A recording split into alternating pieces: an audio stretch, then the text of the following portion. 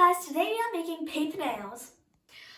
For that, we will need one nail to trace around, some markers, a pencil, some paper, scissors and tape.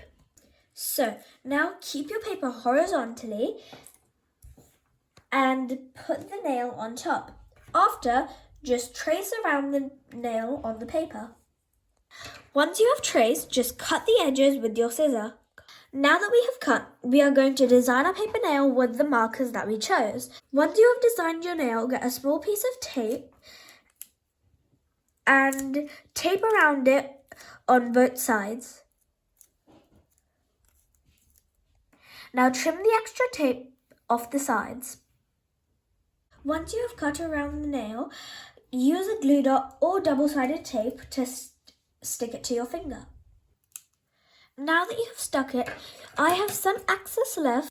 Once you have cut around the edges, peel off the back of your nail. Okay, now say, next, stick the nail onto your finger. And ta-da! There you have a beautiful paper nail of your own. I hope you liked this video. Now smash that subscribe button and I hope I see you again. Bye guys!